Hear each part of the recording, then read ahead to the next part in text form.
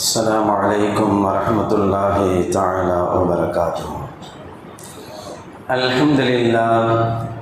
الحمد لله رب العالمين، والصلاة والسلام على سيدنا محمد وآله وصحبه أجمعين.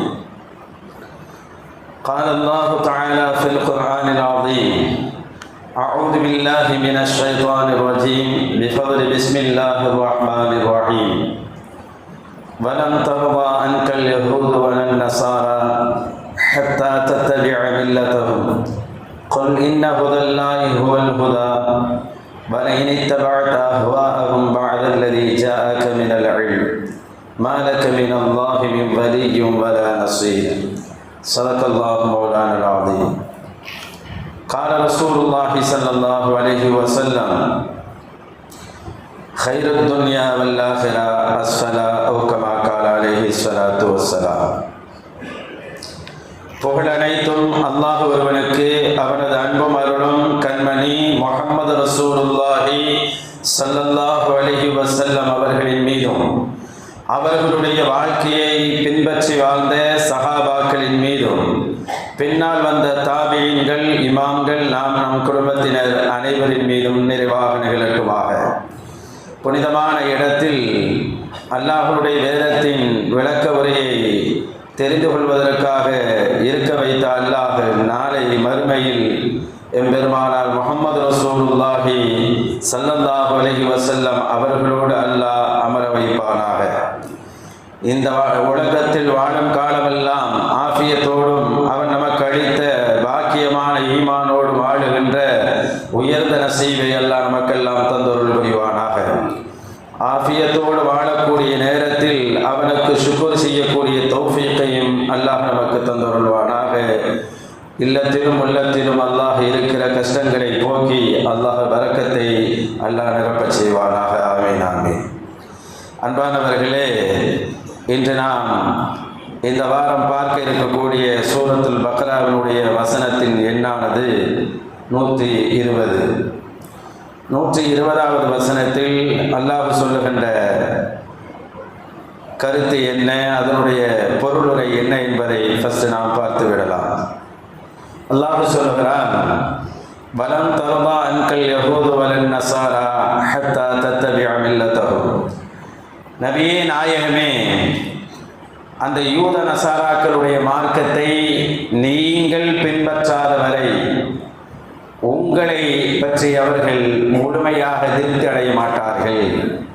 யூதர்களும் நசராணிகளும் நபியே உங்களை திருப்தி கொள்ள மாட்டார்கள். எதுவரை? அவர்களுடைய மார்க்கத்தை நீங்கள் பின்பற்றாத வரை அவர்கள் உங்களை பற்றி திருப்தி கொள்ள மாட்டார்கள் என்று அல்லாஹ் சொல்லுகிறார். தொடர்ந்து கொல்லவே நீங்கள் சொல்லுங்கள், இன்ன ஹுதல்லா, அல்லாஹ்வுடைய வழி இருக்குது பாருங்க, ஹுவல் ஹுதா, அதான் நேரான வழி என்று நீங்கள் சொல்லுங்கள்.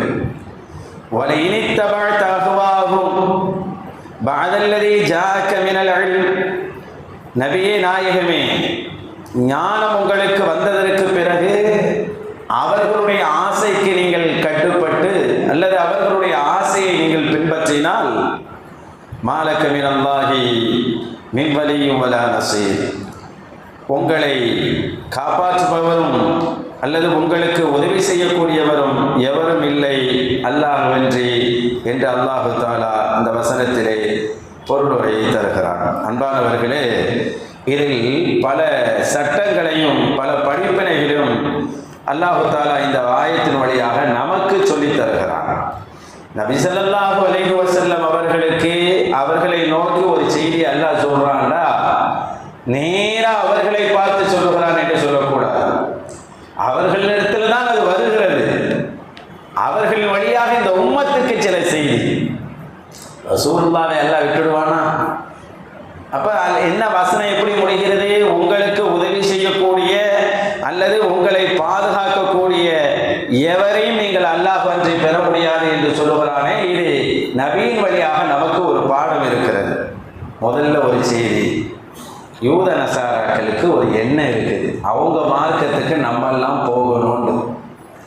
அவங்க புத்தி, அவங்களுடைய ஆசை, இந்த முஸ்லிம்கள் எப்படியாச்சும் யூதர்களா மாறணும், இந்த முஸ்லிம்கள் எப்படியாச்சும் கிறிஸ்தவர்களா மாறணும்.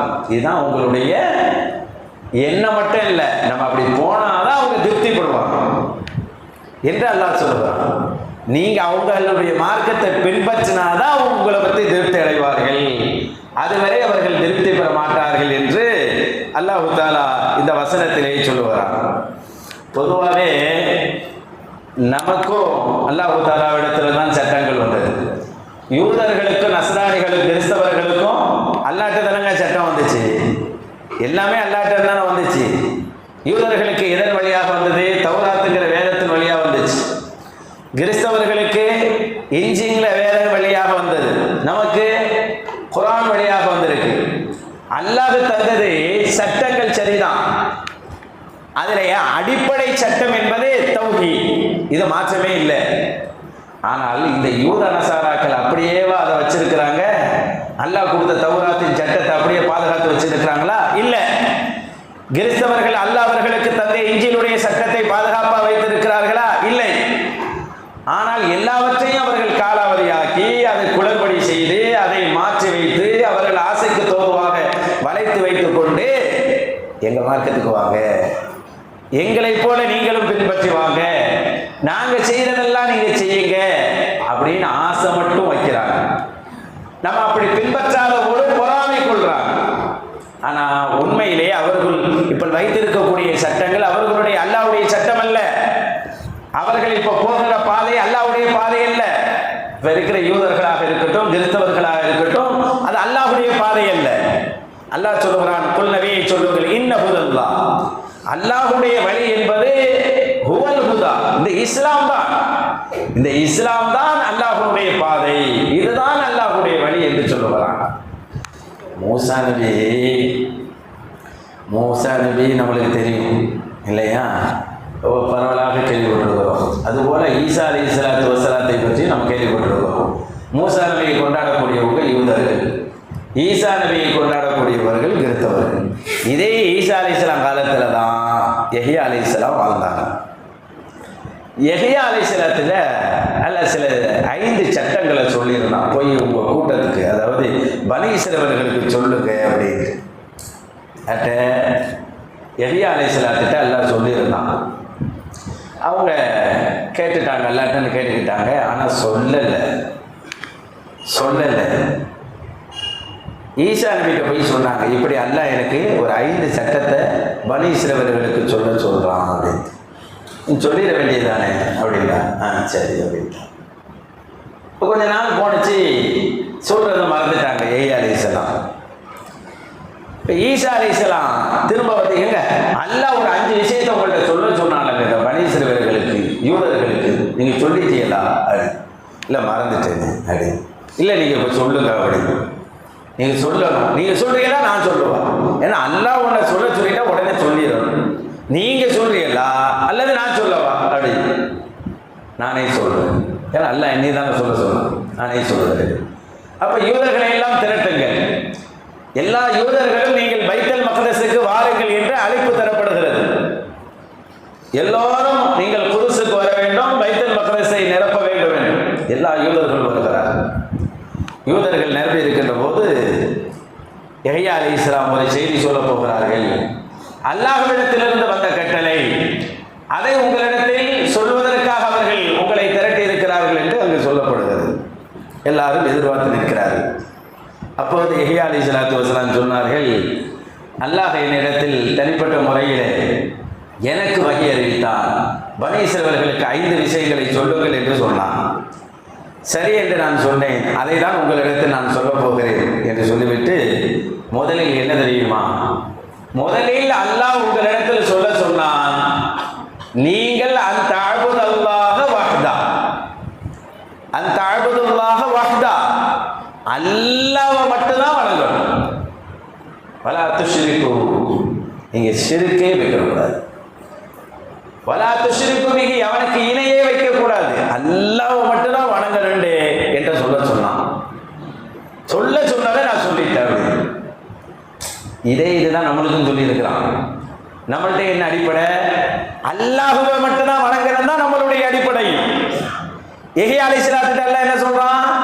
அதே கலிமாவை தான் சொல்கிறான். அந்த அஅ்புதுல்லாஹ வஹ்தஹு வலா துஷ்ரிகு பிஹி, அல்லாஹ் மட்டும்தான் வணங்கணும். ஆனால் அவர்கள் அந்த கலிமாவில் நிற்கிறார்களா? இல்லை. அந்த கலிமாவில் அவர்கள் நிற்கவில்லை. நாம் அந்த கலிமாவில் நிற்கிறோம். அல்லாஹ் மட்டும்தான் வணங்க வேண்டும், அவனுக்கு இணை வைக்க கூடாதுங்கிறதுல உறுதியாக இருக்கிறோம். ஈசா அலைஹிஸ்ஸலாம், யஹ்யா அலைஹிஸ்ஸலாம் இருவர்களின் வழியாக பனி இஸ்ரவேலர்களுக்கு சொல்லப்பட்டது இணையே வைக்கக்கூடாது, இணையே வைக்கக்கூடாதுன்னு சொல்லப்பட்டுச்சு. இனங்கிறது அவ்வளவு ரொம்ப முக்கியம். அதுக்கு ஒரு உதாரணம் சொல்லி சொன்னாங்க. ஒருத்தன் விலை உயர்ந்த ஒரு அடிமையை வாங்கலாம். இதை ஈசா யஹ்யா அலைஹிஸ்ஸலாம் தான் சொல்றாங்க. அந்த பனி இஸ்ரவேலர்களுக்கு, அந்த யூதர்களுக்கு யாரு உதாரணத்தை சொல்லி சொல்றாங்க. யஹ்யா அலைஹிஸ்ஸலாம் வெறும் இணை வைக்காதீங்க மட்டும் சொல்லல, இந்த உதாரணத்தையும் சொல்றாங்க. ஏன் வைக்க கூடாதுண்டா, ஒருத்தன் விலை உயர்ந்த ஒரு அடிமையை விலை கொடுத்து வாங்கலாம். ரொம்ப காஸ்ட்லியான அடிமை. அன்னை காலத்துல அடிமையெல்லாம் சந்தையில வாங்குவாங்க. அந்த மாதிரி விலை உயர்ந்த ஒரு அடிமையை காசு கொடுத்து வாங்கி அவருக்கு வேண்டியதெல்லாம் கொடுத்து, அவருக்கு வேண்டிய உணவு, உடை, தங்குமிடம் எல்லாத்தையும் கொடுத்து அவரை பராமரிச்சுக்கிட்டு இருக்கிறான். இப்படிப்பட்ட நேரத்திலே அந்த அடிமை அந்த விலை கொடுத்து வாங்கிய எஜமானுக்கு மோசடி செய்தால் அந்த எஜமானுக்கு கோபம் வருமா வராதா என்று நபி யஹ்யா அலைஹிஸ்ஸலாத்து வஸலாம் யூதர்களிடத்தில் கேட்கிறார்கள். யூதர்கள் எல்லாம் சொல்கிறார்கள், ஆமாம் கோபம் வரதான் செய்யும் என்று சொல்கிறார்கள். என்றால் நாமெல்லாம் அல்லாஹ்வுக்கு அடிமைகள். நாமெல்லாம் அல்லாஹ்வுக்கு அடிமைகள். நமக்கு வேண்டிய உணவுகளையும், உடைகளையும், பாதுகாப்புகளையும், இன்னும் பிற தேவைகளையும் அவன் தான் தந்து கொண்டே இருக்கிறான். அவனுக்கு நாம் மாறு செய்யலாமா? அவனை விட்டுவிட்டு இன்னொருவருக்கு நாம் பணி செய்யலாமா? அவனை விட்டுவிட்டு மற்றவருக்கு நாம் வணக்கத்தை தரலாமா? அது எவ்வளவு பெரிய கோபத்தை ரப்புக்கு உண்டாக்கும் என்று நபி யஹ்யா அலைஹிஸ்ஸலாத்து வஸலாம் யூதர்களிடத்தில் கேட்டார்கள். அதே கொள்கையிலேயா யூதர்கள் இன்று இருக்கிறார்கள்? இல்லை. அந்த கொள்கையில் நாம் தான் இப்போது இருக்கிறோம். அவர்கள் வேற கொள்கையில் தாவிக்கொண்டு அந்த கொள்கைக்கு நம்மளை வர சொல்றாங்க. இப்ப வச்சிருக்கக்கூடிய யூத கொள்கை என்பது இறைவனால் தரப்பட்ட கொள்கை அல்ல. இப்ப வைத்திருக்கிற கிறிஸ்தவர்கள் கொள்கை என்பது இறைவனால் தரப்பட்ட கொள்கை அல்ல. அவர்கள் வேற கொள்கையை வைத்திருக்கிறார்கள். குபா பள்ளின்னு கேள்விப்பட்டிருப்போம். உம்ராக்கெல்லாம் போனால், ஹஜ்ஜுக்கெல்லாம் போனால் மதினா, புனிதமான மதினாவுக்குள்ள நுழைஞ்சோடைய அப்படி மனமனண்டு கமலும். அப்படியே அது அல்லாஹ் தஆலா திரும்ப திரும்ப போகிற பாக்கியத்தை எல்லாம் தருவானாக. அந்த ஊருக்குள்ளே போனோன்னு சொல்லுவாங்க, ரசூல் ஸல்லல்லாஹு அலைஹி வஸல்லம் குபா பள்ளியில் போய் தொழுதது, அந்த சிறப்புகளை எல்லாம் சொல்லி தருவாங்க. ரசூலுல்லாஹ் முன்னாடி மதினா பள்ளியை கட்டுறதுக்கு முன்னாடி குபா பள்ளியை கட்டினாங்க. குபா பள்ளியாசில ரசூலுல்லாஹ் தான் கட்டினது. அதை கட்டிட்டு தான் மதினாவில் வந்து பள்ளியாசில கட்டினாங்க. இந்த குபா பள்ளியில் ஒரு இமாம் இருந்தார். நம்ம பள்ளிக்கு எப்படி இமாம் இருக்கிறாங்களோ அது மாதிரி ஒரு இமாம் என்பவங்க ரொம்ப தேர்ச்சி பெற்றவங்க தான் இருப்பாங்க இல்லையா? சாதாரணமாக நம்மளாம் வந்து இமாமாக இருந்துட முடியுமா? அதற்குன்னு சில அறிவுத்திறன் இருக்கணும். ஹாஃபிலாக இருப்பாங்க. யார் ரொம்ப ஓதி இருக்கிறாங்களோ, ரொம்ப படிச்சிருக்கிறாங்க, அவங்க தான் அந்த முஸல்லாவுக்கு அஹக்கானவங்க, தகுதியானவங்க. அப்படி அந்த பகுதியிலே குபாங்கிற பள்ளி வாசலின் இமாமாக அங்கே இருக்கக்கூடிய மக்களில் மிகச் சிறந்த ஒரு காரி, மிகப்பெரிய ஆலி, அவங்க முஸல்லாவில் இருந்தாங்க, இமாமா இருந்தாங்க, தொலை வச்சாங்க. அவங்களுடைய பாணி என்னென்னா, அவங்க எப்போ தொழு வச்சாலும் தொழுவும் போது தக்பீர் கட்டிடுவாங்க. கட்டிட்டு தக்பீர் கட்டிட்டு சூரா ஃபாத்தியா ஓதிட்டு சூரா இஹ்லாஸ் ஓதுவாங்க. சூரா இஹ்லாஸ் தெரியுமில்ல நமக்கு, குல்ஹுவல்லாஹு அஹத் ஓதுறதில்ல, அதை ஓதுவாங்க. ஓதிட்டு தான் வேணுண்டா வேறு சூறா ஓதுவாங்க. எல்லா ரக்கையும் குல்ஹுவல்லாஹ் ஓதிட்டு தான் தேவைப்பட்ட வேறு சூறா ஓதுவாங்க. இதை நம்ம செய்ய முடியாது. அந்த சஹாபி இப்படி செஞ்சாங்க, நம்ம செய்ய முடியாது. இப்படி செய்கிறாங்க. அப்போ பின்னாடி தொழுதவங்க என்ன இது, ஒன்று குல்ஹுவல்லாஹ் மட்டும் ஓதணும், ஒரு ரக்காயத்தில் மட்டும்தான் ஓதணும், எல்லா ரக்காயத்திலையும் ஓதுறாங்க, கூட இன்னொரு சூறாவையும் ஓதுறாங்க, என்னது இது அப்படி போய் சொன்னாங்களே, நீங்கள் இப்படி செய்கிறீல்ல, இது சரியாக தெரியலையே என்று பின்னாடி தொழுத சஹாபாக்கள் போய் சொன்னாங்களாம்.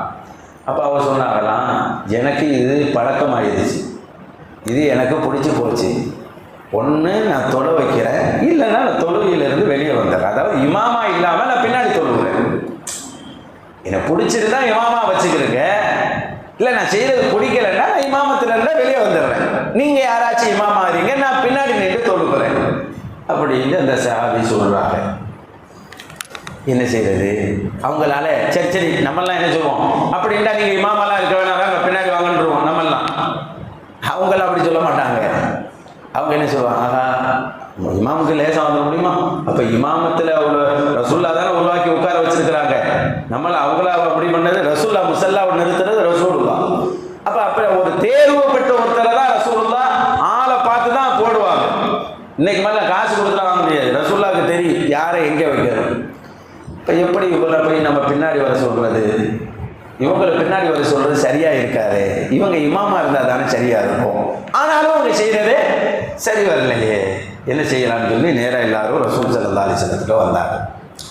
ஸல்லல்லாஹு அலைஹி வஸல்லம் வந்து நாயகமே எங்க பகுதியில் இப்படி ஒன்று நடக்குது, நீங்க நியமித்த இமாம் ரொம்ப சிறப்பானவங்க, ரொம்ப படிச்சவங்க தெரிஞ்சவங்க, அதெல்லாம் அதுல மாற்று கருத்து இல்லை. ஆனா தொழுகையில சூரா ஃபாத்தியா ஓதிட்டு சூரா இஹ்லாஸை ஓதுகிறார்கள். குல் ஹுவல்லாஹு அஹத் ஓதிட்டு தான் தேவைப்பட்ட அடுத்த சூறாவை ஓதுறாங்க. இவர்களுடைய நடைமுறையாகவே இதை வச்சிருக்கிறாங்க. நாங்க ஒன்றும் சொல்ல முடியல அப்படின்னு சொல்றாங்க. உடனே ஸல்லல்லாஹு அலைஹி வஸல்லம் இமாமை கூப்பிடுங்கன்னு கூப்பிடுறாங்க. அந்த குபா பள்ளியினுடைய இமாம் அவர்கள் கண்மணி முகமது ரசூல் ஸல்லல்லாஹு அலைஹி வஸல்லம் கூப்பிடுறாங்கன்னோட வேகமா வர்றாங்க. அந்த நாயகனை சொல்லுங்க நாயகனை, அப்படி நீங்க தொழுகையில் இப்படி சூரா ஃபாத்தியா ஓதிட்டு, சூரா ஃபாத்தியா எல்லா ரக்காயத்திலையும் ஓதணும், அதுல மாற்று கருத்து இல்லை. சூரா ஃபாத்தியா ஓதியதுக்கு பிறகு குல் ஹுவல்லாஹு அஹத்ங்கிற இஹ்லாஸ் சூராவை நீங்கள் எல்லா ரக்காயத்திலும் ஓதுகிறீர்களா? ஆமா நாயகமே. என்ற சஹாபாக்களுக்கு பொய் சொல்ல தெரியாது. ஆமா நாயகமே அப்படி. எதற்காக ஓதுகிறீர்கள்? அப்படி ஒரு முறை இல்லையே. எதற்காக ஓதுகிறீர்கள்? இங்கே தான் ஓடிக்கிறோம். அப்படி ஒரு முறை இல்லையே. ஒரு ரக்காயத்துக்கு ஓதுவோம், அடுத்த ரக்காயத்துக்கு வேற சூறா ஓதுவோம். ஏன் அப்படி ஓதுகிறீர்கள் என்று கேட்டபோது நாயகமே அந்த சூறாவினுடைய கருத்து எனக்கு பிடித்து இருக்கிறது, அந்த சூரா இஹ்லாஸினுடைய கருத்து எனக்கு பிடித்து இருக்கிறது, அதன் மீது ஒரு சுகம் எனக்கு வருகிறது, அது ஓதும் போது ஒரு சுகம். வேற எந்த நோக்கத்துக்கு நான் ஓதல, அதுக்காகவே நான் ஓதுகிறேன். சாதாரணதல்ல, இந்த சூறா சாதாரண இல்லை. ரசூல்லாட்ட ஒரு தடவை மக்கத்து குறைஷிகள்லாம் வந்தாங்க. வந்தவங்க எங்களுக்கெல்லாம் பாரம்பரியம் இருக்குது, நாங்கள் யார் தெரியுமா, எத்தனை தலைமுறையாக இந்த மக்காவில் இருக்கிறோம் தெரியுமா, எத்தனை தலைமுறையா, எங்கள் வாப்பாவுடைய வாப்பா வாப்பாவுடைய வாப்பா வாப்பா எல்லா பேரையும் சொன்னாங்களாம். எங்களுக்கு அவ்வளோ பாரம்பரியம் இருக்குது. உங்கள் ரப்புக்கு எதுவும் பாரம்பரியம் இருக்குதா? நீங்கள் அல்லா அல்லான்னு சொல்லிட்டு இருக்கிறீங்களே, அல்லாவுக்கு என்னங்க பாரம்பரியம்? எங்க வாப்பா பேர் எங்களுக்கு தெரியும், வாப்பாவுடைய வாப்பா பேர் தெரியும், வாப்பாவுடைய வாப்பாவுடைய வாப்பா பேர் தெரியும், அல்லாவுக்கு என்ன பாரம்பரியம்? நபிட்டையும் வந்து கேட்கிறாங்க மக்கத்து குறைஷிகள், அல்லாவுக்கு ஏதாவது பாரம்பரியம் இருக்காங்க? எங்க டெஸ்ட் பண்றாங்க பாருங்க. அல்லாவுடைய வம்சம் என்னன்னு, நசபு என்னன்னு கேட்கிறாங்க, ஷஜரா என்னன்னு கேட்கிறாங்க. ஒரு ஆளுக்கு ஒரு சில்சிலா இருக்குமா இல்லையா? ஷஜரா என்ன, அல்லாவுக்கு என்ன ஷஜரா அப்படின்னு மனுஷனுக்கு கேட்கிற மாதிரி அல்லாவுக்கு கேட்டு விட்டாங்க. உடனே அல்லாஹ் தஆலா என்ன செஞ்சாங்க தெரியுங்களா? அப்போதுதான் அந்த சூரத்துல் இஹ்லாஸை கொடுத்து அனுப்புகிறான் ஜிப்ரீல் அலைஹிஸ்ஸலாம்.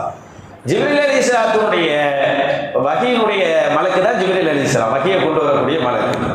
இவர்கள் எப்போது வஹீயோடு வருவார்கள், அது தெரிந்த விஷயம். ஆனால் இந்த சூரத்துல் இஹ்லாஸ் எவ்வளவு வெயிட் தெரியுமா, எவ்வளவு மகத்துவம் தெரியுமா, இது எவ்வளவு சிறப்புன்னு காட்டுறதுக்காக இந்த சூறாவை ஜிப்ரீல் அலைஹிஸ்ஸலாம் மேலிருந்து கீழே கொண்டு வரும்போது 70,000 மலக்குமார்களும் சேர்ந்து வந்தார்களாம். இந்த சூறாவை தூக்கி கொண்டு 70,000 மலக்குமார்கள் வந்து ரசூலுல்லாஹ் வீட்டை சுற்றி நிற்க இந்த சூறாவை ஜிப்ரீல் அலைஹிஸ்ஸலாம் வழங்கினார்கள். அவ்வளவு ஒரு கருத்து மிக்க பொருள் மிக்க ஒரு சூரா சூரத்துல் இஹ்லாஸ். அதனால்தான் 3 முறை ஓதுனா ஒரு குர்ஆன் ஓதுற நிகரான நன்மை கிடைக்குதுன்னு சொல்லி தரப்பட்டிருக்கிறது. அப்ப அந்த சூறாவில எல்லாம் சொல்லுவான், குல் ஹுவல்லாஹு அஹத், நபியை சொல்லுங்க, நீங்க சொல்லுங்க. ரசூலை பற்றி சொல்லும் போது அல்லாஹ் சொல்லுவான், அல்லாஹ் பற்றி சொல்லும் போது ரசூலுல்லாஹ் நம்மளுக்கு சொல்லி கொடுப்பாங்க. இதுதான் இது. அல்லாஹ் சொல்றான், என்ன பத்தி கேட்கிறாங்க, என் பாரம்பரியத்தை கேட்கிறாங்க, நபியை நீங்க சொல்லுங்க. அவன் ஒருவன். பாரம்பரியத்தில் கேட்கும் போது அல்லாஹ் எப்படி பாரம்பரியத்தை விளக்குறான் பாருங்க. அவன் ஒருவன், அல்லாஹு ஸமத், அவன் தேவையற்றவன். லம் யலித், அவனுக்கு பிள்ளை கிடையாது. வலம் யூலத், அவனுக்கு தகப்பரும் கிடையாது, அவனுக்கு தாய் தந்தையரும் கிடையாது. அப்ப பாரம்பரியம்னா தாய் தண்டன் ஒன்று இருக்கும், புள்ளண்டு இருக்கும், பேரண்டு இருக்கும், வாப்பா வாப்பாவுடைய வாப்பாண்டு இருக்கும். இந்த ஷஜரா கிடையாது, அவனுக்கு கிடையவே கிடையாது.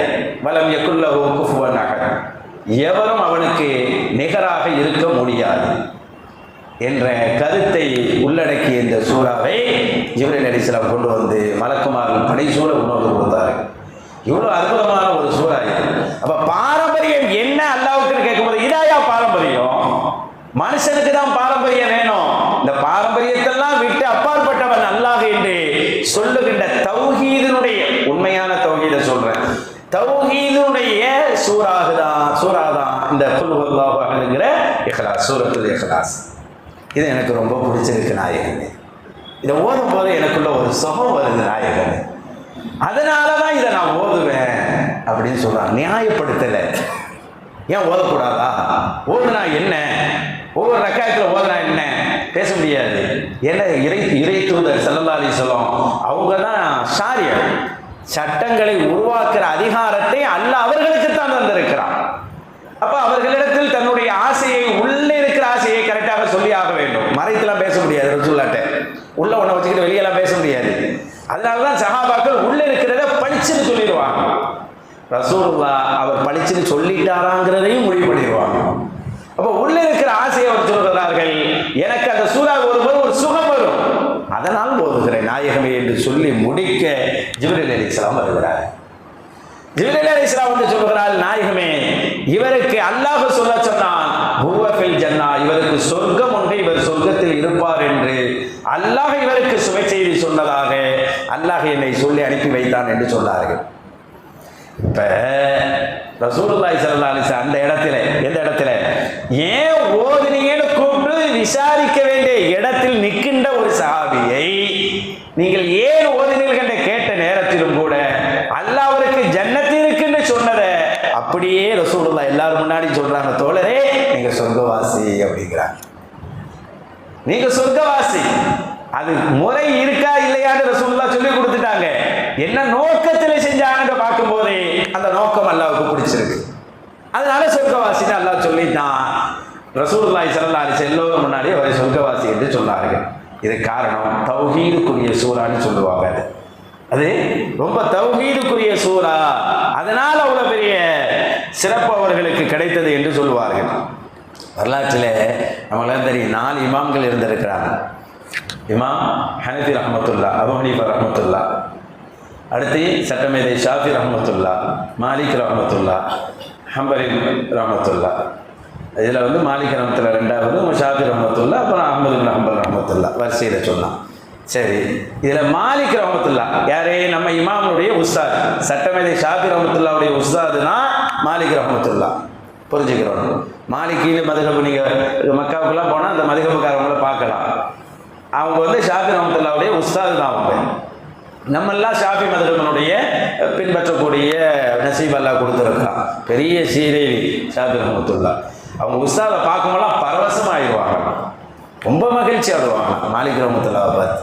சரி வாங்க, அவங்க உஸ்தாத் ஷாஃபி ரஹ்மத்துல்லாவுடைய உஸ்தாத் மாலிக் ரஹ்மத்துல்லா அலை. இன்னைக்கு நீங்கள் அங்கே ரசூல் ஸல்லல்லாஹு அலைஹி வஸல்லத்துடைய ரவுலாவுக்கு போயிட்டு ஜன்னத்துல் பக்கீக்கு போகும்போது போல மாலிக் ரஹ்மத்துல்லாவுடைய கபிர்ஸ்தான், அவங்களுடைய மன்னரை, அவங்களுடைய ரவுலாவை பார்க்கலாம். ஆனால் நிற்க விட மாட்டாங்க. அவர்களுக்கு பல நாட்களாக ஆசை, பல வருஷங்களாக ஆசை, மதீனாவில் தான் நம்ம மௌத்தாகணும்னு ஆசை. அதனால மதீனா விட்டே அவங்க போக மாட்டாங்களாம். ஹஜ்ஜை தவிர வேறு எதுக்காக அவர்கள் வெளியே போகணும்? ஏன்னா மதீனாவில் அடங்கணும் அப்படி. மதீனாவில் இருக்கிற காலத்தில் கூட செருப்பு போட்டு நடக்க மாட்டாங்களாம். இன்னைக்கு நம்ம அப்படி செய்ய முடியாது. நம்ம செருப்பு போட்டு தான் நம்ம நடக்கணும். உள்ளே போனால் செருப்பு போட்டு தான், ரவுலாக்குள்ளே இல்லை மதீனாவில் சொல்லுவாங்க, செருப்பு போட்டு தான் நம்ம நடப்போம். அவங்க செருப்பு போட்டு நடக்க மாட்டாங்களாம். அது காரணம் என்ன? அவர்கள் சூரியன் உதிப்பதற்கு முன்னாலேயே பள்ளிக்குள்ள ரவுலாக்குள்ள வந்துருவாங்க. சூரியன் மறைந்து இஷா தொழுகை முடிகின்ற போதுதான் அவர்கள் பள்ளியை விட்டு வெளியே போவாங்க. முழுக்க முழுக்க ரசூலுல்லாஹ்வுடைய ரவுலாவுக்கு ஏற்ற மாதிரி நின்று பாடம் நடத்துவாங்க, சொல்லி சொல்லி பாடம் நடத்துவாங்க. ஹதீஸை நடத்தும் போது இந்த ரசூலுல்லாஹி ஸல்லல்லாஹு அலைஹி வஸல்லம் ஏதோ இருக்கிறார்களே ரசூலுல்லாஹ் சொன்னார்கள். எவ்வளோ பெரிய வாக்கியம் பார்த்தீங்களா? இன்றைக்கி மதீனாவில் போனேன்னு சொன்னால் ஒவ்வொரு தூண்லையும் பாடம் நடந்துக்கிட்டே இருக்கும். மதீனாவில் ஒவ்வொரு தூண்லையும் உஸ்தாத்மார்கள் இன்னும் பாடம் நடத்துவாங்க. அப்படி ஒரு பாக்கியம் இருக்குது. இப்போ மாலிக் ரஹ்மத்துல்லாஹி அலைஹி தெருவில் வீதியில் அப்படி வந்துக்கிட்டு இருக்கிறாங்க. தெருவில் வந்துக்கிட்டு இருக்கும்போது ஒரு ஆள் கீழே விழுந்து மயங்கி விழுந்து கிடக்கிறாரு. மாலிக் ரஹ்மத்துல்லாஹ் பெரிய உஸ்தாத், இன்னும் சொன்னால் அரபுலத்தின் அறிஞர் பெருமக்களை வியக்கும் அளவுக்கு மிகப்பெரிய பண்டிதர் மாலிக் ரஹ்மத்துல்லாஹி அலைஹி தெருவில் வந்துக்கிட்டு இருக்காங்க. எவ்வளோ பெரிய மகான்கள், எவ்வளோ பணிவோடு வாழ்ந்துருக்கிறாங்க பாருங்க. இந்த வேலையெல்லாம் நம்ம செய்வோமான்னு பாருங்க, இப்படி எல்லாமா நம்ம நடந்துக்கிறோன்னு பாருங்க. தெருவில் வந்துக்கிட்டு இருக்கிறாங்க. ஒருத்தர் மயங்கி விழுது கிடக்கிறார். அல்லாஹூ, இவர் மயங்கி விழுது கிடக்கிறாரே, யாரு என்ன காரணத்துக்காக விழுது இருக்கிறாருன்னு தெரியல. இமாம் மாலிக் ரஹ்மத்துல்லாஹி அப்படியே கிட்ட போறாங்க. கிட்ட போய் பார்த்தா அவருடைய வாய் உதட்டிலேருந்து அல்லாஹ் அல்லாஹ் அல்லாஹ்னு சவுண்டு வருது. அப்படியே குஷி ஆயிடுறாங்க மாலிக் ரஹ்மத்துல்லாஹ். மயங்கி விழுந்து கிடக்கிறாரு, வாயிலிருந்து அல்லாஹ் அல்லாஹ்னு சவுண்டு வருது. அல்லாஹ் அல்லாஹ்னு சவுண்டு வருகிறதே என்று கொஞ்சம் நெருக்கமாக குனிந்து மாலிக் ரஹ்மத்துல்லாஹி அலைஹி அவர் என்ன காரணத்துக்கு அடிபட்டிருக்கோ என்னோட உத்து பார்க்கிறதா குனிகிறார்கள். மது குடித்த வாடை அடிக்கிறது. அவர் மது குடித்து விட்டு மயங்கி கீழே விழுந்து கிடக்கிறார். பாருங்க, யாரையுமே நம்ம இலக்கணமாகவும் நினைச்சிட முடியாது. மது குடித்து கொண்டே அவர் மயங்கி விழுந்து கிடக்கிறார். விழுந்து கிடக்கிற நேரத்தில் அவருடைய வாயிலிருந்து அல்லாஹ் அல்லாஹ்னு வருது. எப்படி இருக்கும் யோசிச்சு பாருங்க. நம்மெல்லாம் அப்படி விழுந்து கிடந்தா என்ன செய்வோம்? 7 தலைமுறையை கூட்டி வச்சு திட்டுவோம் இல்லையா? இவன் ஒழுங்கா வாப்பம்மா இருந்தால் தானே இவன் ஒழுங்கா இருக்கிறது, இப்படி விழுந்து கிடக்கிறானே இப்படிலாம் பேசுவோம். ஆனால் மாலிக் ரஹ்மத்துல்லாஹி அதை செய்யலை.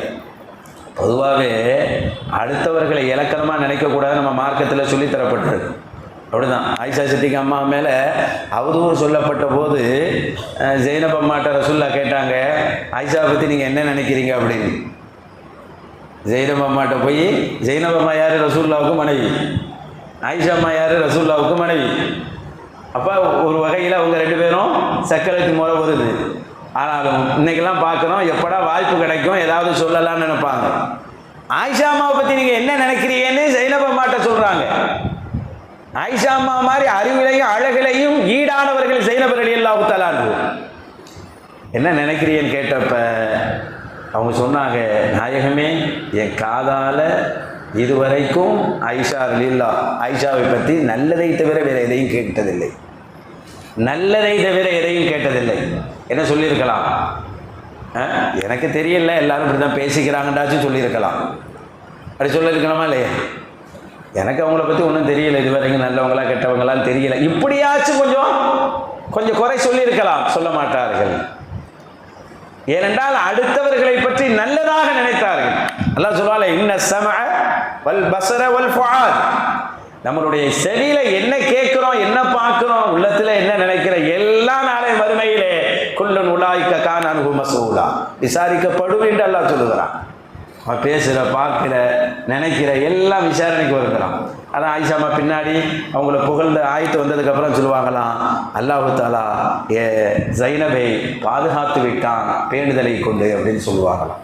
அந்த அளவுக்கு. அடுத்தப்ப வாய்ப்பு கிடைக்குது, யாரையும் பேசிடக்கூடாது. மாலிக் ரஹ்மத்துல்லாஹ் விழுந்து கிடக்கிறாரு, வாடை வருது, வாயிலிருந்து குடித்த வாடை வருது, மதுவினுடைய வாடை வருகிறது. ஆனால் வாயிலிருந்து அல்லாஹ் அல்லாஹ்ங்கிற சவுண்டு வருது. வாடை மது வாடை, சத்தம் அல்லாஹ்ங்கிற சத்தம். என்ன செய்தார்கள் என்றால், உடனே பக்கத்தில் ஓடி போய் ஒரு தண்ணீர் கொஞ்சம் எடுத்தார்கள். தண்ணீரை எடுத்து வந்து, இவர் வாயிலிருந்து அல்லவா அல்லாஹ் அல்லாஹ்னு வருகிறது என்று தன்னிடத்தில் இருக்கக்கூடிய ஒரு துணியை எடுத்து அந்த தண்ணீரிலே வைத்து நனைத்து அந்த ஈர துணியை எடுத்து அவருடைய உதட்டை அப்படியே துடைத்து விட்டார். எத்தகைய மாண்பான அல்லாஹ்! இவர் அல்லாஹ்வுடைய இந்த பெயர் இந்த வாயிலிருந்து வருகிறது என்று சொன்னால் இந்த வாயின் உதடு பரிசுத்தமாக இருக்க வேண்டும். இவர் குடித்திருக்கலாம், இவருடைய கல்பிலிருந்து இதயத்திலிருந்து அல்லாஹ் அல்லாஹ் என்று வருகின்ற இடமாக வாய் உதடு இருக்கிறது. உதட்டின் வழியாக தானே வருகிறது. அந்த உதட்டை நாம் ஏன் சுத்தம் செய்யக்கூடாது என்று நினைத்து அவர் வாழ எண்ணமாக இருந்து போகட்டும், உதட்டின் வழியாக வருவதனால் உதட்டை சுத்தப்படுத்துவோம் என்று சொல்லி உட்கார்ந்து உதட்டை சுத்தம் செய்கிறார்கள். செய்துவிட்டு அவர் மயக்கத்திலே இருக்கிறார்கள். தட்டி பார்க்கிறார்கள், ஒன்றும் எழுதவில்லை. ஏன்னா சில பேர் குடித்து விட்டால் ரொம்ப நேரம் கழித்து அவர்களாக எந்திரித்தாதான் அவர்களை ஒன்றும் செய்ய முடியாது. சென்று விடுகிறார்கள். அன்று இரவிலே அவர்கள் தூங்கிக் கொண்டிருக்கின்ற போது ஒரு அசரீரி சப்தம் தூக்கத்தின் கனவிலே கேட்கிறது. தூக்கத்தின் கனவிலே மாலிக் அவர்களே, நீங்கள் அல்லாஹ் என்று சொல்லக்கூடிய ஒருவருடைய உதட்டை சுத்தப்படுத்தி அல்லாஹ் வருகின்ற பாதையை சுத்தப்படுத்தி வைத்ததால் அல்லாஹ் உங்கள் வாழ்வையே சுத்தப்படுத்தி விட்டான். அல்லாஹ் உங்கள் வாழ்வையே சுத்தப்படுத்தி விட்டான் என்ற அசரீரி சப்தம் வந்தது என்று வரலாற்றில் எழுதுகிறார்கள். அப்ப அல்லாஹ்ங்கிற அந்த தௌஹீத், அந்த ஒரு வார்த்தைக்காக மாலிக் ரஹ்மத்துல்லாஹி அலைஹி இவ்வளவு முக்கியத்துவம் கொடுத்தார்கள். இதைதான் யாரு யஹ்யா அலைஹிஸ்ஸலாம் சொல்லுகிறார்கள், அல்லாஹுவை மட்டும்தான் நீங்கள் வணங்க வேண்டும். உங்கள் வாயிலிருந்து உள்ளத்திலிருந்து உங்கள் பார்வை எல்லாவற்றிலும் அல்லாஹ் தான் இருக்க வேண்டும். அவனை தவிர வேற யாரை நீங்கள் இணை வைத்து விடக்கூடாது. இதை யஹ்யா அலைஹிஸ்ஸலாம் சொன்னார்கள். அப்படி இணை வைக்கின்ற போதே ஒரு படைத்தவனுக்கு எஜமானுக்கு ஒரு அடிமை எப்படி மீறுவானோ, மீறுகின்ற போது அவனுக்கு கோபம் வருமோ, அதுபோன்று நாம் மீறுகின்ற போது நம்மை படைத்த அல்லாஹுக்கு கோபம் வருவது நியாயம் அல்லவா? அது சரியாகத்தானே இருக்கும் என்று யஹ்யா அலைஹிஸ்ஸலாத்து வஸ்ஸலாம் சொன்னதாக வரலாற்றிலே சொல்வார்கள். இன்னைக்கெல்லாம் நம்ம பத்திரிகையில் பிஸ்மில்லாஹ்லாம் போட்டுடுறோம்ல, போடுறது நம்ம பறக்கத்துக்குன்னு போட்டுடுறோம். ஆனால் கடைசி அதை எங்கே தூக்கி போட்டுடுறாங்க? குப்பையில் தூக்கி போட்டுடுறாங்க. போடுறது பழக்கமாக இருக்குது, போடுறது பழக்கமாகிருச்சு, ஆனால் அது கடைசியில் குப்பையில் போகிறது. அந்த வார்த்தை எப்படி இருக்கும் யோசிப்பார். சில நேரங்களில் பார்த்து அந்த பள்ளியில் நம்ம எழுதியிருக்கிறாங்க பாருங்க, இந்த மாதிரி நிறைய பள்ளி வாசலை சுற்றி அஸ்மாவுல் ஹுஸ்னா இதெல்லாம் எழுதுவாங்க. நல்ல விஷயம்தான், நல்ல விஷயம். நிறைய பள்ளிகளில் எழுதியிருக்கிறாங்க, நல்ல விஷயம்.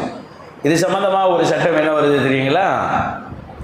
நம்ம பள்ளிலாம் எல்லாம் ஃபுல்லாக கவராக இருக்குது, உள்ளே எதுவும் வர முடியாது. ஏதாவது காக்கைகள் பருந்துகள் உள்ளே நுழையும்படியான திறந்த வழி பள்ளியாக இருந்தால் அந்த பள்ளியிலே அல்லாஹ்வுடைய பெயர்களை பதிக்காமல் இருப்பதே சரி என்று எழுதியிருக்கிறார்கள். காரணம் என்றால் உள்ளே நுழையக்கூடிய காக்கை பருந்து போனவைகள் அதில் உட்கார்ந்து அதை என்ன செய்து விடலாம், நாசம், அதை அசுத்தம் செய்து விடலாம், அது வேண்டாம் என்று எழுதுவார்கள். நம்ம பள்ளிக்கு ஃபுல்லாக கவராக இருக்குது. இப்போ உள்ள பள்ளியெல்லாம் ஏசி பள்ளிகளாக ஆயிடுச்சு, அதனால் தவறு எதுவும் இல்லை. திறந்த பள்ளிகளில் கூட அல்லாஹ்வுடைய பெயரை வைப்பது தவறில்லை, பாதுகாப்பது முக்கியம் என்று எழுதுவார்கள். இந்த பெயரை பாதுகாக்கணும் அப்படி எழுதி கொடுப்பார்கள். அப்படிப்பட்ட உன்னதமான வார்த்தை அல்லாஹ்ங்கிற வார்த்தை, அது வணக்கத்திற்கு மட்டுமல்ல, நம்மளுடைய எல்லா வாழ்க்கை நேரத்திலும் அது இருக்கணுங்கிறத நபி யஹ்யா அலைஹிஸ்ஸலாத்து வஸ்ஸலாம் சொன்னார்கள். அதை தான் நாம பின்பற்றுகிறோம். இந்த கொள்கையை யூதர்கள் வைத்திருக்கவில்லை, இப்போது அதையெல்லாம் மாற்றி விட்டார்கள். அவர்கள் சொன்ன அந்த தௌஹீதை, அவர்கள் சொன்ன அந்த கொள்கையெல்லாம் கிறிஸ்தவர்கள் மாற்றி விட்டார்கள். மாற்றிவிட்டு அவர்களே ஒன்றை எழுதி வைத்துக் கொண்டு புனிதமான இந்த கொள்கையை விட்டு நாம் வர வேண்டும் என்று அவர்கள் ஆசைப்படுகிறார்கள். நல்லதை நோக்கி கெட்டவர்கள் வருவதா, அல்லது ஆதாரமற்ற அடிப்படையற்ற கொள்கையை நோக்கி ஆதாரமுள்ள கொள்கைக்காரர்கள் வருவார்களா? கடைசியாக சொன்னார்கள், இரண்டாவதாக தொழுகையை பற்றி சொன்னார் நபி யஹ்யா அலைஹிஸ்ஸலாம். தொழுகையும் அல்லாஹ் உங்களுக்கு சொல்ல சொன்னான். நாமும் தொழுகிறோம், தொழுவதானே? தொழுகை என்பது ஹைரு துன்யா வல் ஆখিরা. ரசூலுல்லாஹ் சொல்வார்கள், தொழுகையை புரிந்து கொள்ளுங்கள். எப்படி மிஃப்தாஹுல் ஜன்னத் தௌஹீத், சொர்க்கத்தின் திறவுகள் தௌஹீத் என்று ரசூலுல்லாஹ் சொன்னார்களோ, அதே போல மற்றொரு இடத்திலே மிஃப்தாஹுல் ஜன்னத் அஸ்ஸலா, சொர்க்கத்தின் திறவுகள் தொழுகை என்றும் சொன்னார்கள். இந்த உலக வாழ்க்கையில் வெற்றி வேணுமா, மர்ம வாழ்க்கையில் வெற்றி வேணுமா, தொழுகை தான் சொன்னாங்க நபி யஹ்யா அலைஹிஸ்ஸலாம். அதையும் அங்கே ஞாபகப்படுத்தினார்கள், தொழுவுங்கள் என்று. அதையும் அவர்கள் கடைபிடிக்கவில்லை. நோன்பு வையுங்கள் என்று சொன்னார்கள், அதையும் அந்த மக்கள் கடைபிடிக்கவில்லை. அடுத்தவர்கள் நம்பிக்கை வாக்குறுதிகளை நிறைவேற்றுங்கள் என்று சொன்னார்கள், அதையும் அவர்கள் கடைபிடிக்கவில்லை. வாக்குறுதிகளை உங்களால் முடிந்த அளவு தர்மம் செய்யுங்கள் என்று சொன்னார்கள், அதையும் அவர்கள் கடைபிடிக்கவில்லை. நபிமார்கள் கொடுத்த அல்ல கொண்டு வந்த சட்டங்களை எதையும் எடுத்துக்கொள்ளாமல் அவர்களா உன்னை ஏற்றுக்கொண்டு எங்க வழியில வாங்கன்னு சொன்னா ஒரு நபி பின்னால் எப்படி போவார்கள்? போகவே மாட்டார்கள். ஆனால் அவர்கள் வர வேண்டும் என்று ஆசைப்பட்டார்கள். நம்மளுடைய மார்க்கம் இருக்கிறதே சத்தியமான மார்க்கம் என்பதை அல்லாஹ் எப்படி சொல்றான் பாருங்க.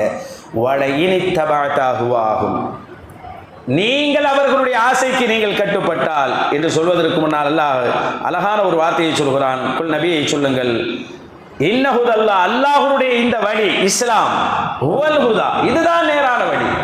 இஸ்லாம் மாதிரி ஒரு நேரான பாதை இருக்காங்க?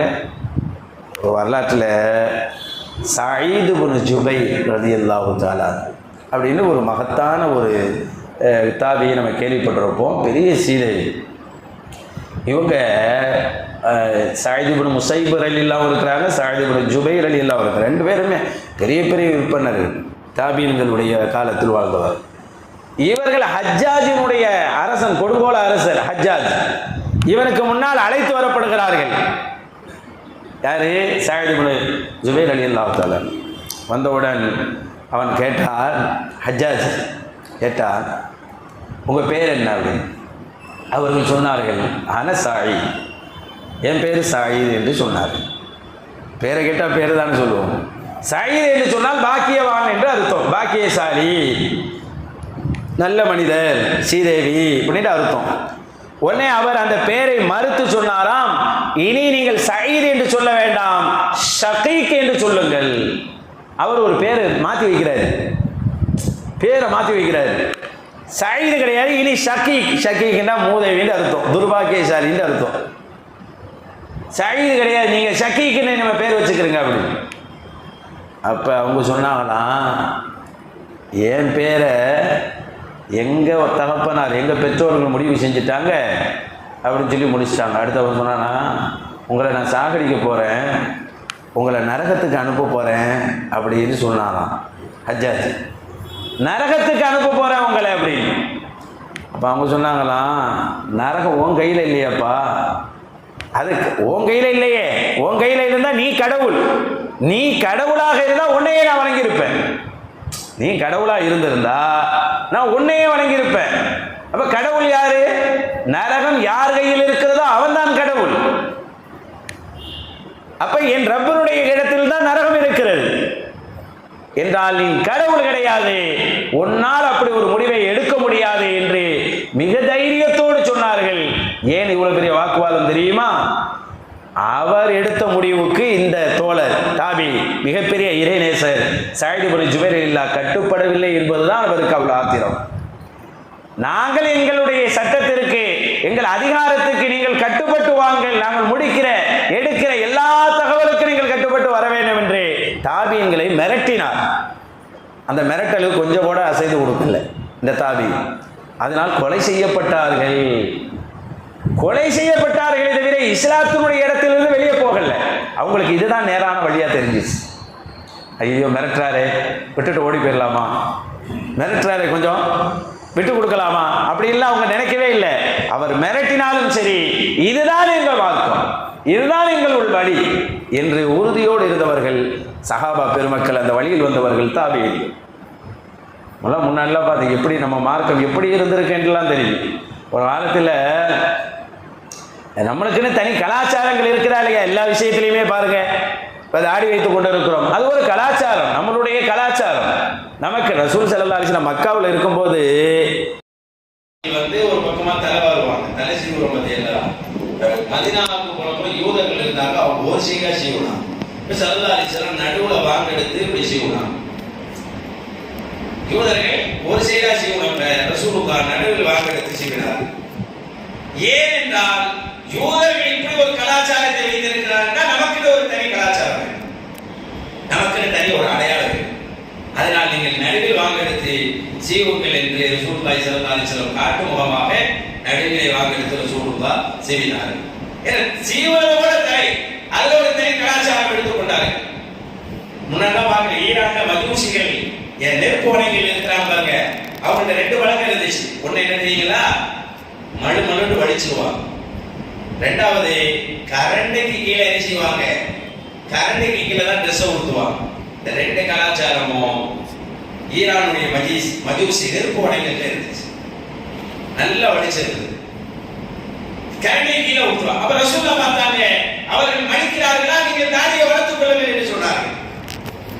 நெருப்பு வணங்கி மடிக்கிறார்கள், நீங்கள் வளர்த்துக் கொள்ளுங்கள். அவர்கள் கரண்டிக்கு கீழே உடுத்துகிறார்கள், நீங்கள் கரண்டிக்கு மேலே தூக்கி உடுத்துங்கள் என்று சொன்னார்கள். சூரியன் உதயமாகும் போது மறையும் போது ஏன் தொழ வேண்டாம்? அதுக்கு அறிவியல் ரீதியான நிறைய தகவல் இருக்கு, நம்ம அறிவியலுக்கு போக வேண்டாம். என்ன மார்க்க ரீதியான என்ன விளக்கம் என்றால், சூரியன் உதயமாகின்ற போது அதை வணங்கக்கூடியவர்கள் இருக்கிறார்கள், நமஸ்காரம். சூரிய நமஸ்காரம் செய்யக்கூடியவர்கள் இருக்கிறார்கள். சூரியனை மறைகின்ற போதும் அது உதிக்கின்ற போதும் அதை வணங்கக்கூடியவர்கள் அந்த நேரத்தில் வணங்குவதால் நீங்கள் அந்த நேரத்தில் வணங்க வேண்டாம். சூரியன் உதிக்கும் போது வணங்காதீர்கள், தடை செய்யப்பட்டது. சூரியன் மறையும் போது வணங்க வேண்டாம், தடை செய்யப்பட்டது. ஏன்னா நமக்கு ஒரு கலாச்சாரம். சஹாபாக்கள்ல சஅத் இப்னு உபாதான்னு ஒரு சஹாபி, பெரிய சீரவிங்க. நீங்க மதீனான்னு எடுத்துக்கிட்டா மதீனாவில் கொடிகட்டிய சஹாபாக்கள்ல அன்சாரி தோழர்கள்ல ஒரு ஆள் யாருன்னா சஅத் இப்னு உபாதா ரலியல்லாஹு தஆலா. பெரிய சீரவி, பெரிய எந்த அளவுக்குன்னு சொல்லுவட்டுங்களா, ரசூல் ஸல்லல்லாஹு அலைஹி வஸல்லம் வஃபாத் ஆயிட்டாங்க.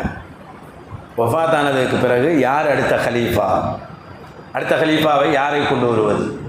இன்னும் நல்லடக்கம் செய்யப்படவில்லை. ஸல்லல்லாஹு அலைஹி வஸல்லம் நல்லடக்கம் செய்யப்படவில்லை. ஏன்னா இன்றைக்கெல்லாம் நம்மளுக்கு தெரியும், ஒரு தலைவர் இறந்து விட்டால் அவர்கள் நல்லடக்கம் செய்யப்படுவதற்கு முன்னால் அடுத்த தலைவர்களை உருவாக்கி விடுவார்கள். ஏன்னா மக்கள் தலைவர் இல்லாமல் மக்கள் இருக்கக்கூடாது, அதுதான் நோக்கம். ஒரு தலைவர் இல்லாமல் மக்கள் இருக்கக்கூடாது, அதை டெம்பரவரியாச்சும் ஒரு தலைவரை உருவாக்கிடுவாங்க, அப்புறம் ஒரு நிரந்தரமான ஒரு தலைவரை உருவாக்குவார்கள். இதை நம்மளுடைய மனிதத்தினுடைய ஒரு அரசியல் சொல்லப்படாத விதியாகவே இருக்கிறது. இதுபோல ரசூல் ஸல்லல்லாஹு அலைஹி வஸல்லம் நல்லடக்கம் செய்யப்படுவதற்கு முன்னால் அடுத்த தலைவரை யாரை உருவாக்கலாம் என்று அன்சாரிகள் எல்லாம் மதீனாவில் இருக்கக்கூடிய பனு சஅத் என்று சொல்லக்கூடிய பகுதிகளை சேர்ந்து கொண்டு அந்த பகுதியில் கூடி நாம் சஅத் இப்னு உபாதாவை தலைவராக ஆக்கிக் கொள்ளலாம் என்று முடிவெடுத்தார்கள். சஅத் இப்னு உபாதாவை ரசூலுக்கு அடுத்த தலைவராக எடுத்துக் கொள்ளலாம் என்று முடிவெடுக்கும் அளவுக்கு சிறந்த தோழர் சஅத் இப்னு உபாதா ரலியல்லாஹு தஆலா. அவ்வளோ பெரிய சீதை, அவ்வளோ பெரிய சஹாபி. தாடி இல்லை, இவர்களுக்கு தாடி இல்லை என்பது அவர்களுடைய கூட்டத்தாருக்கு வருத்தமாக இருந்தது. என பெரும் தலைவர், சில பேருக்கு தாடி வராது. நம்மளாம் வந்த தாடி எடுக்கிற ஒரு சில பேர் இருக்கிறாங்க, அது அழகில்லை, அது அழகில்லை. வந்த தாடி எடுக்கிற ஒன்று சொல்லவா, ஆயிஷாமா இப்படி துவா செய்வாங்க, சுப்ஹானல்லதி ஜஅல ரிஜால பில்லுஹா. ஆயிஷாமா துவா செய்வாங்க, ஆண்களுக்கு தாடியை தந்தானே அவனே பரிசுத்தமானவன். யார் சொல்றா? ஆயிஷா சித்திகம்மா.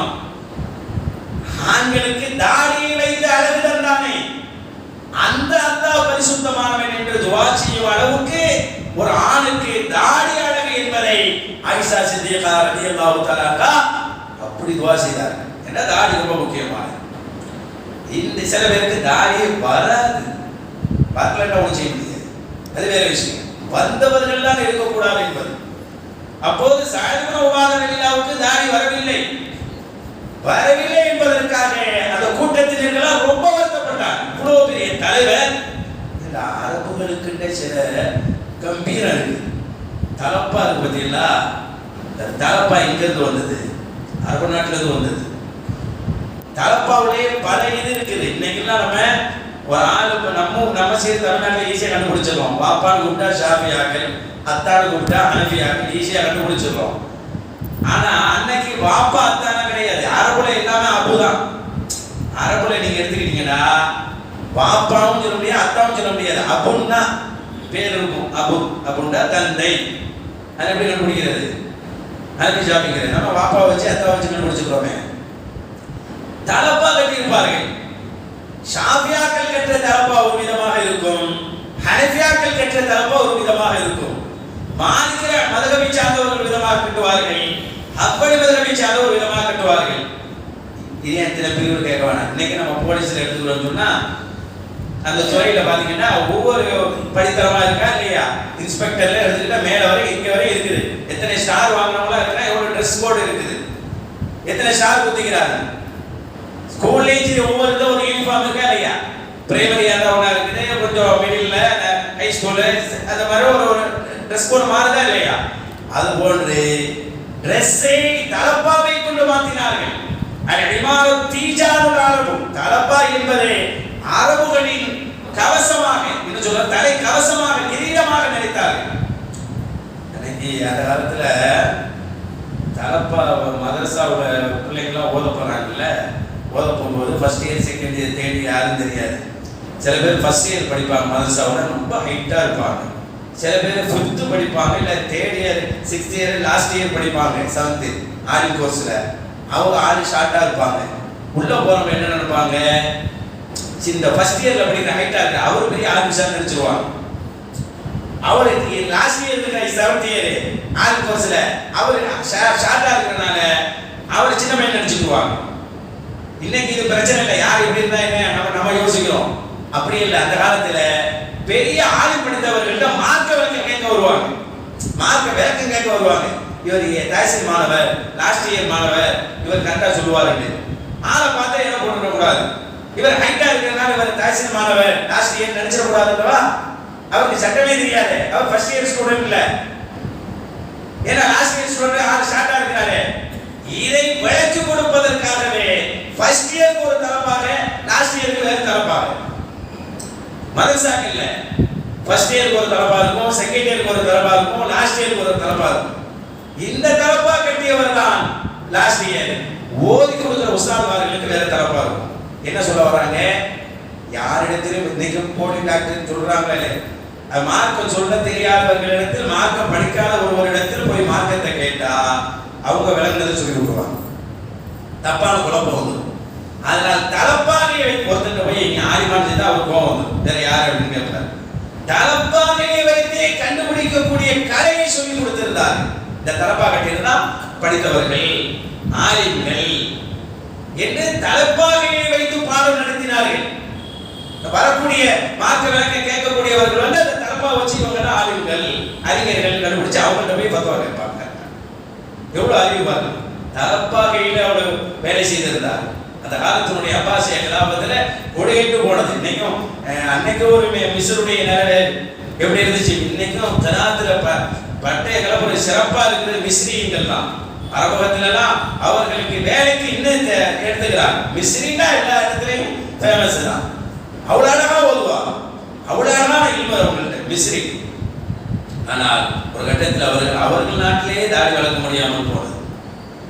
தாடி வளர்த்தால் இதை நான் மார்க்கத்துக்காக தான் வளர்க்கிறேன், என்னிடத்தில் எந்த குற்ற வழக்கும் இல்லை என்று எழுதி கொடுக்க வேண்டும். நான் தீவிரவாதி இல்லை, என் மேல் எந்த குற்ற வழக்கும் இல்லை, சுண்ணத்துக்காக இதை வளர்க்கிறேன் என்று எழுதி கொடுக்க வேண்டும். அப்படி ஒரு நிலை மிஸ்ரிலே ஏற்பட்டது. அவர்களெல்லாம் தெரியும், ஸ்பெயின் குர்துபா எவ்வளவு பிரம்மாண்டமான ஊர். வேறிலே பெரிய பள்ளியாசல் கட்டணும்னு சொல்லி உமையார் பெரிய பள்ளியாசல் கட்டினார்கள் அந்த இடத்துல ஸ்பெயினிலே. என்ன ஆனது,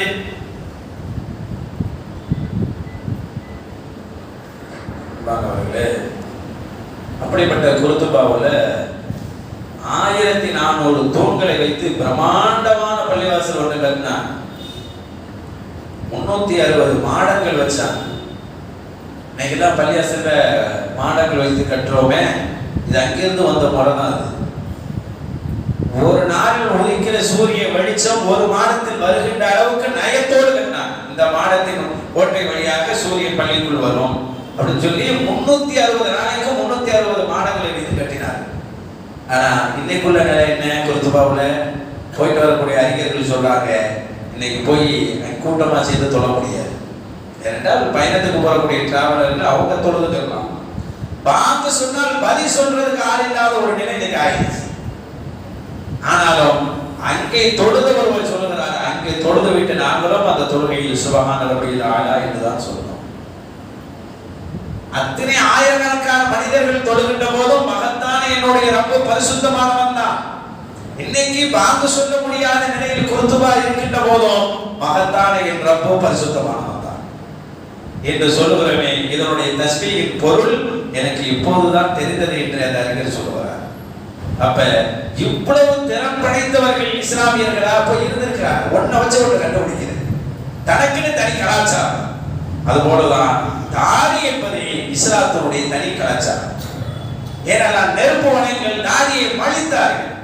ஸல்லல்லாஹு அலைஹி வஸல்லம் தாடியை வையுங்கள் என்று சொன்னார்கள்.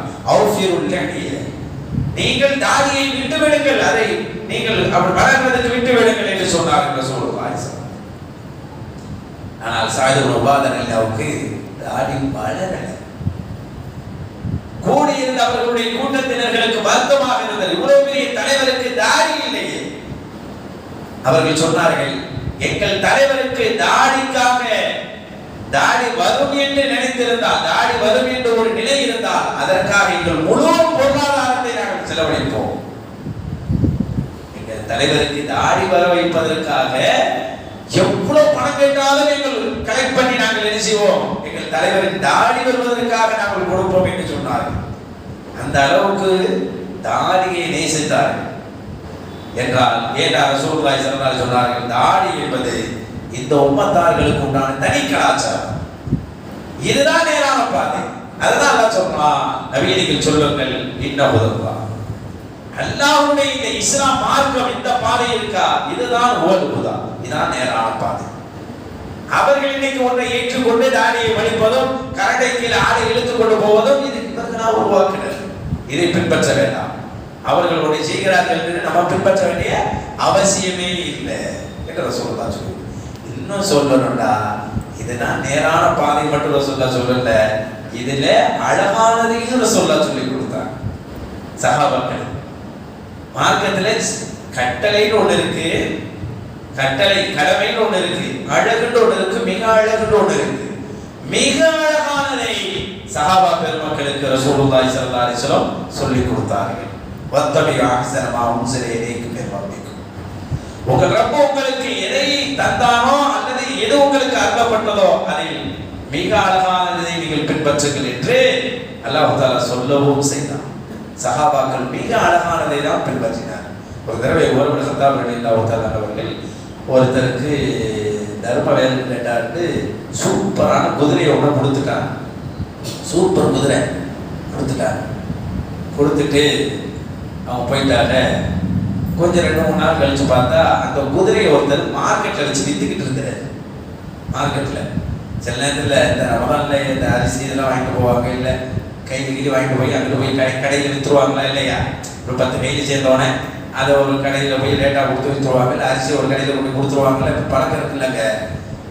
அந்த மாதிரி வாங்கினவர், சதக்காட்டு வாங்கினவர் அங்கே போய் சந்தையில் போய் குதிரை விற்கிறார்.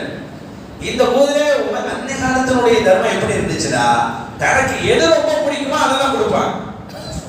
சஹாபாக்களுடைய தர்மம் நம்ம தர்மத்துக்கு உள்ள வித்தியாசம். சஹாபாக்கள் எது அவங்களுக்கு ரொம்ப பிடிக்குமோ அதை தூக்கி கொடுத்துருவாங்க. உமர் நாயகம் வராங்க, உமர் ரலியல்லாஹு தஆலா வந்து பார்த்தா அதே குதிரை வித்துக்கிட்டு இருக்கிறார். அப்ப என்ன செய்யறது தெரியல, ஏன்னா அவங்களுக்கு ரொம்ப பிடிக்கும் அந்த குதிரை. இவரே யுத்தத்துக்கு போவாரு, போருக்கு யூஸ் பண்ணுவாரு. போர்க்களத்துக்கு போனா குதிரை யூஸ் ஆகுமே, சரி அதை கொடுக்கலாமேன்னு கொடுத்தாங்க. போருக்கு போகாம இதை அவர் சேல் பண்றாரு, ஏதாவது பணம் வாங்குறதுக்காக சேல்ஸ் பண்ணிட்டு இருக்கிறாரு. ரொம்ப வருத்தமா போச்சு, இதை நம்மளே வாங்கிக்கலாமா அப்படின்னு நினைக்கிறாங்க. நம்மளே காசு கொடுத்து வாங்கிடுவோம், அவருக்கு தேவை காசு தானே. அவர் போருக்கு போறதா இருந்தா வித்திருக்க மாட்டாரு, காசு தானே தேவை அவருக்கு. நம்ம காசு கொடுத்து வாங்கிக்கலாமான்னு நினைக்கிறாங்க.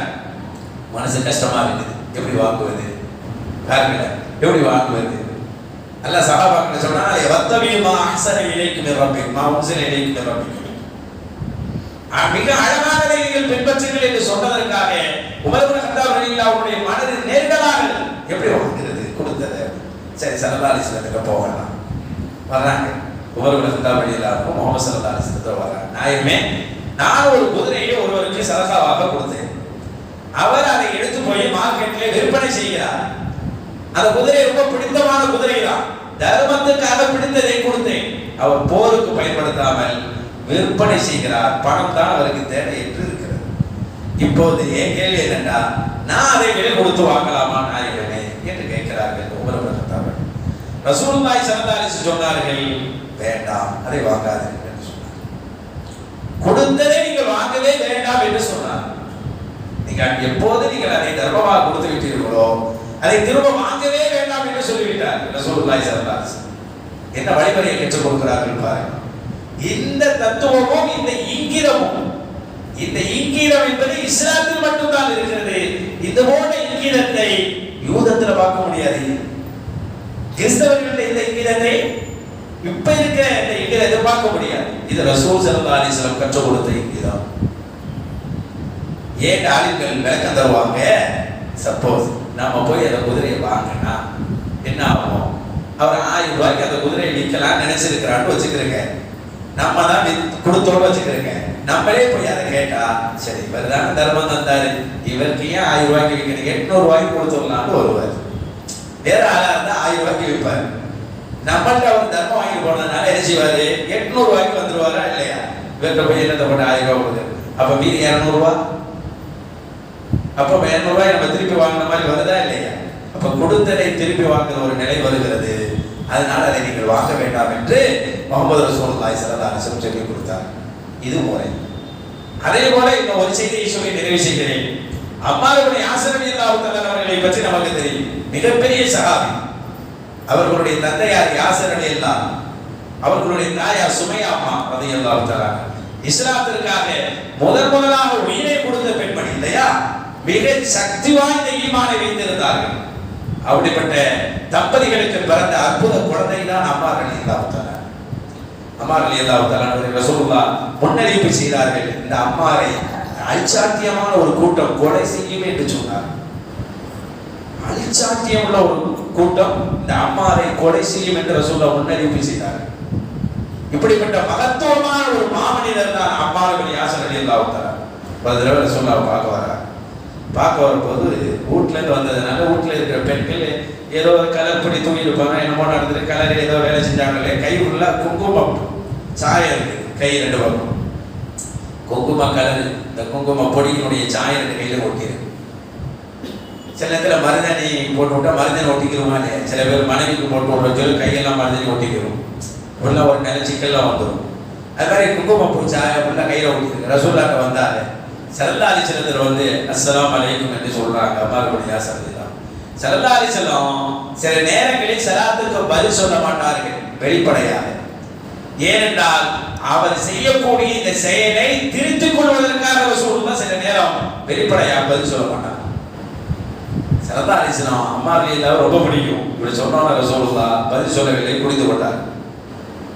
அம்மார் ரலியல்லாஹு ரொம்ப வருத்தமா போச்சு. உடனே ரசூல் ஸல்லல்லாஹு அலைஹி பக்கத்தில் இருக்கிற தோழர்களுக்கு சொன்னாங்க, அவர் போய் கையை கழுவிட்டு வர சொல்லுங்களேன். அவர் போய் தண்ணீரிலே கையை நல்லா கழுவி சுத்தம் பண்ணி வந்ததற்கு அப்புறம் வலைக்கும் அஸ்ஸலாம் வரஹ்மத்துல்லாஹி தஆலா வபரகாத்துஹு ஸல்லல்லாஹு அலைஹி வஸல்லம். இது சஹாபாக்களை எப்படி உருவாக்குறாங்க? கடமையை தாண்டி கடமை என்பது ஒரு சாயம் போட்டால் தொழுவ கூடுமா கூடாதா, இல்ல சாயம் இருந்தால் சலாம் சொல்லக்கூடாதுன்னு சட்டம் இருக்கா என்பது வேறு, அது சட்டம். ரசூலுல்லாஹ் சட்டத்தை மட்டும் கற்றுக் கொடுக்கவில்லை சஹாபாக்களுக்கு, இந்த மார்க்கத்தில் மிக அழகானதை கற்றுக் கொடுத்தார். அதனால்தான் சஹாபாக்களை நாம் நமது உயிருக்கு நிகராக அவர்களை பார்க்க வேண்டும் என்று இந்த மார்க்க நமக்கு சொல்லி தருகிறது. அப்படி மகத்துவமான மார்க்கத்தை உறுதிபட பின்பற்றி வாழ்ந்தவர்கள் சஹாபா பெருமக்கள். அத்தகைய நசீபை அல்லாஹ் தஆலா நமக்கும் நசீபாக்கி தருவானாக. நமக்கு பின்னால் நம்முடைய தலைவர்களுக்கும் அல்லாஹ் அந்த நசீபை தருவானாக. கேட்டதின் பிரகாரம் வாழுகின்ற தௌஃபீக்கையும் கேட்டதற்குரிய சவாபையும் அல்லாஹ் தஆலா இம்மையிலும் இதற்கு பின்னால் மறுமையிலும் அல்லாஹ் தந்தருள்வானாக. ஆமீன். வாஹிரு தஅவானா அல்ஹம்துலில்லாஹி ரப்பில் ஆலமீன். அஸ்ஸலாமு அலைக்கும். ஸல்லல்லாஹு அலா முஹம்மத் ஸல்லல்லாஹு அலைஹி வஸல்லம். ஸல்லல்லாஹு அலா முஹம்மத் ஸல்லல்லாஹு அலைஹி வஸல்லம். ஸல்லல்லாஹு அலா முஹம்மத் யா ரப்பி ஸல்லி வஸல்லம்.